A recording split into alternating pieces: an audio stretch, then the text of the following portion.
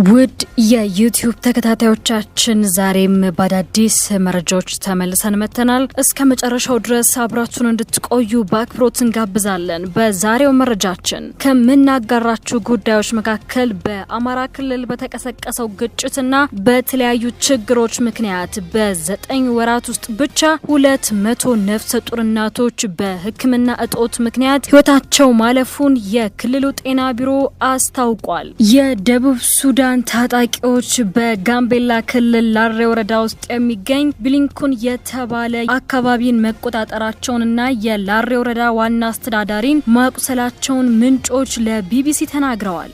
የቤት ስራ አልሰራሽም በማለት ተማሪዋን ተገቢ ያልሆነና ጽያፍ የሆነ ቅጣት የቀጣችው መምህርት ከስራ ታግዳ በህግ ቁጥጥር ስር ትገኛለች።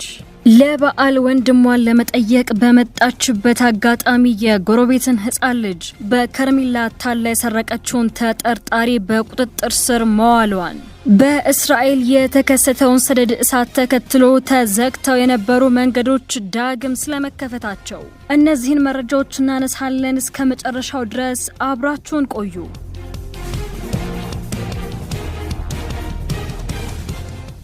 የደቡብ ሱዳን ታጣቂዎች በጋምቤላ ክልል ላሬ ወረዳ ውስጥ የሚገኝ ቢልኩን የተባለ አካባቢን መቆጣጠራቸውንና የላሬ ወረዳ ዋና አስተዳዳሪን ማቁሰላቸውን ምንጮች ለቢቢሲ ተናግረዋል። ታጣቂዎች ተቆጣጥረውታል የተባለው አካባቢ ነዋሪዎች ወደ ሌላ ከተማ እንደሸሹም ተገልጿል። ኢትዮጵያ ጎረቤት ሀገር ደቡብ ሱዳንን ከምትጎራበታቸው ክልሎች አንዱ በሆነው ጋምቤላ ታጣቂዎች ጥቃት መፈጸም የጀመሩት ከትላንት በስቲያ ሮብ ሚያዝያ 22 ቀን 2017 ዓ.ም ጀምሮ እንደሆነ አንድ የላሬ ወረዳ ኃላፊ ለቢቢሲ ተናግሯል። እንደ ኃላፊው ገለጻ የኢትዮጵያን ድንበር አቋርጠው የገቡት ከደቡብ ሱዳን መንግስት ጋር ግጭት ውስጥ ያሉት የሱዳን ህዝቦች ነጻነት እንቅስቃሴ ተቃዋሚ ታጣቂዎች ናቸው። ታጣቂዎቹ የገቡት የኑዌር ብሔረሰብ ዞን ላሬ ወረዳ ስር በምትገኘው የድንበር አካባቢዋ ፖጋ ቀበሌ እንደሆነ ምንጩ ገልጸዋል። ከሀገሪቱ መንግስት ጋር ግጭት ውስጥ ያሉት ታጣቂዎች ድንበሩን አቋርጠው የገቡት ተኩስ ሲከፈትባቸው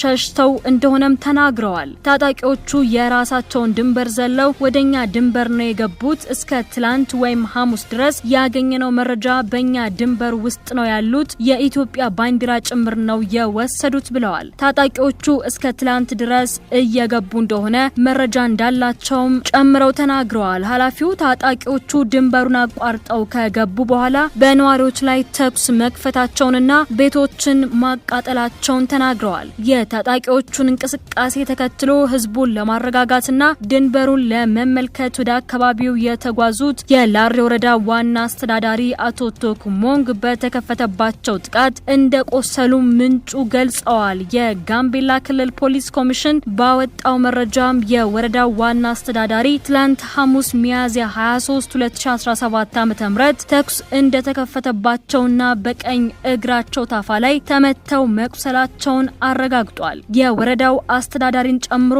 የመንግስት አካላት በአካባቢው የተገኙ በደቡብ ሱዳን የተነሳው የእርስ በርስ ግጭት በድንበር አካባቢ በሚገኘው ፖጋግ ቀበሌ ኩብሪ ቢልኩን ተብሎ ወደሚጠራው አካባቢ እየተዛመተ መሆኑን ለማጣራት እንደነበር ገልጿል።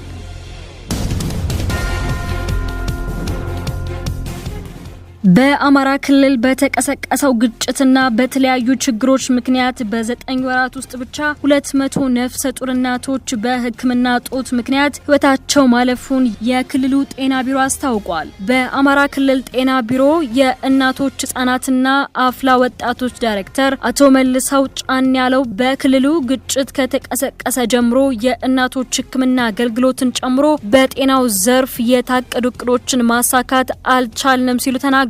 በዚህም በአሁኑ ወቅት በክልሉ የታችኛው የእርከን መዋቅር በመሰረተ ልማት አቅርቦትና ጤና ጣቢያዎች ላይ ጉዳት በመድረሱ በሚፈለገው ልክ የዜጎችን ህይወት ለማትረፍ ተግዳሮት እየሆነ መምጣቱን ገልጸዋል። በክልሉ የተቀሰቀሰው ግጭት በአንጻራዊነት በዞኖች የቀነሰ ቢሆንም የህክምና ተቋማት በሚፈለገው ልክ ማህበረሰብን ለማገልገል ፈታኝ እንደሆነባቸው የጠቆሙት ዳይሬክተሩ በዚህም በተለየ መልኩ ነፍሰ ጡር ቁጥር እናቶች በወሊድ ጊዜ በቂ የሆነ የሕክምና አገልግሎት ባለማግኘታቸው ባለፉት 9 ወራት ብቻ 200 እናቶች ህይወታቸው ማለፉን ገልጸዋል። በክልሉ የተፈጠረው ግጭት መቀጠል የሕክምና ተቋማቱ የሚሰጡት አገልግሎት እንዲስተጓጎል ስለሚያደርግ ጉዳዩ በሚመለከታቸው አካላት ሁሉ ትኩረት ሊሰጠው እንደሚገባ ጠቁመዋል።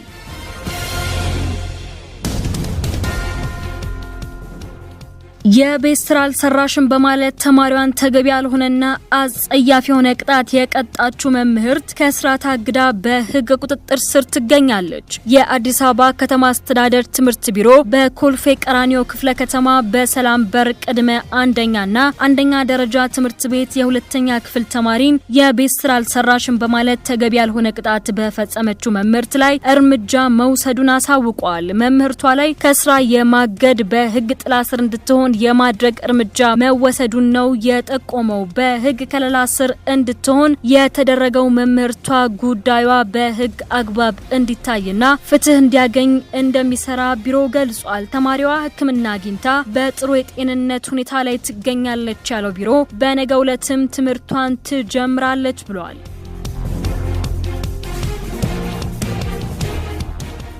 ለበዓል ወንድሟን ለመጠየቅ በመጣችበት አጋጣሚ የጎረቤትን ህፃን ልጅ በከረሜላ አታላ የሰረቀችውን ተጠርጣሪ በቁጥጥር ስር ውላለች። ለበዓል ወንድሟን ለመጠየቅ በመጣችበት አጋጣሚ የጎረቤትን ህፃን ልጅ በከረሜላ አታላ የሰረቀችውን ተጠርጣሪ ከነ አባሪዋ በቁጥጥር ስር አውሎ ምርመራ ያጣራ መሆኑን የአዲስ አበባ ፖሊስ ጠቅላይ መምሪያ አስታውቋል። ህፃን እዮሃ አቡሽ የ4 ዓመት ህፃን ነው። ሚያዝያ 20 ቀን 2017 ዓ.ም ከጠዋቱ 3 ሰዓት በአቃቂ ቃሊቲ ክፍለ ከተማ በተለምዶ መሳለሚያ አካባቢ ካለው የወላጆቹ መኖሪያ ግቢ ውስጥ እየተጫወተ በድንገት እንደጠፋን የተገለጸው። በእለቱ ለልጃቸው ቁርስ በማዘጋጀት ልጃቸውን ለመጥራት ወደ ግቢው ወጥተው ቢፈልጉትም የውሃ ሽታ እንደሆነባቸውና በወቅቱ ድንጋጤ ውስጥ መቆየታቸውን የገለጹት የህፃኑ እናት ወዲያውኑ ለፖሊስ ማመልከታቸውን ተናግረዋል። የህፃኑ እናት ለፖሊስ በሰጡት ቃል ለዳግማይ ትንሳኤ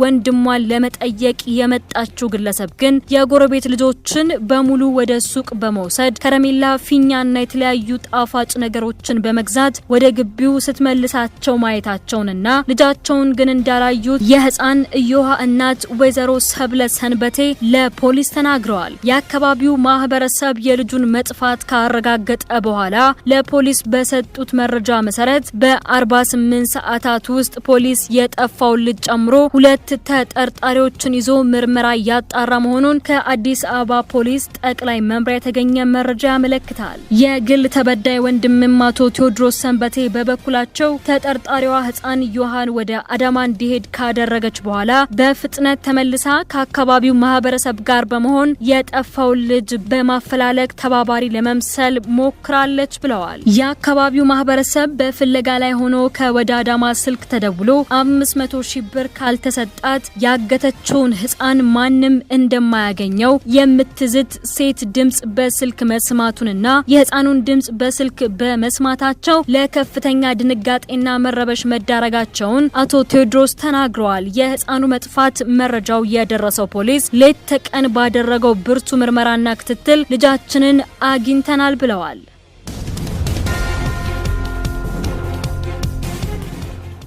በእስራኤል የተከሰተውን ሰደድ እሳት ተከትሎ ተዘግተው የነበሩ መንገዶች ዳግም ተከፍተዋል። እስራኤል ያጋጠማትን ከባድ ሰደድ እሳት ተከትሎ መንገዶች እንዲዘጉ ተደርጎ ነበር። ከኢየሩሳሌም በቅርብ ርቀት ላይ የተከሰተው ከባድ ሰደድ እሳት መዛመቱን ተከትሎ ነዋሪዎች አካባቢያቸውን ለቀው እንዲወጡ ትዕዛዝ ተላልፏል። ባለው ከባድ የአየር ጠባይና በኃይለኛ ንፋስ ታግዞ እየተዛመተ የሚገኘውን የሰደድ እሳት ለመቆጣጠር የእሳት አደጋ ሰራተኞች ጥረት በማድረግ ላይ መሆናቸውን ሲኤንኤን ዘግቧል። የእስራኤል መከላከያ ሚኒስቴር ሀገሪቱ ብሔራዊ የአደጋ ጊዜ ላይ መሆኗን ገልጾ የሰደድ እሳቱን ለመከላከል የዓለም አቀፉን ማህበረሰብ ድጋፍ ጠይቋል። የተከሰተው የሰደድ እሳት ምናልባትም በታሪክ ትልቅ የሚባል መሆኑን የገለጹት የኢየሩሳሌም ግዛት የእሳት አደጋ ዲፓርትመንት ኮማንደር ሹምሊክ የሰደድ እሳቱ በሰዓት 60 ማይል ፍጥነት የሚጓዝ በመሆኑ አስጊ አድርጎ አድርጎታል ብለዋል። ሮብለት የተከሰተውን የሰደድ እሳት ለመከላከል እስራኤል ባቀረበችው የድጋፍ ጥያቄ 3 የእሳት መከላከያ አውሮፕላኖችን ከጣሊያን ማግኘቷም ተነግሯል።